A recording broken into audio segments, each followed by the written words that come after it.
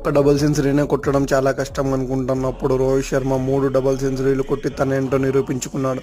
264 greatest ODI knocks all the time అనే రికార్డును తన పేరిట రాసుకున్నాడు. 173 బాల్స్లో 264 కొట్టి 9 సిక్సర్లు 33 ఫోర్లతో విజృంభించాడు. మొదటి డబుల్ సెంచరీ 209 158 బాల్స్లో 12 ఫోర్స్ 16 సిక్సర్స్ సహాయంతో ఆస్ట్రేలియా మీద కొట్టాడు.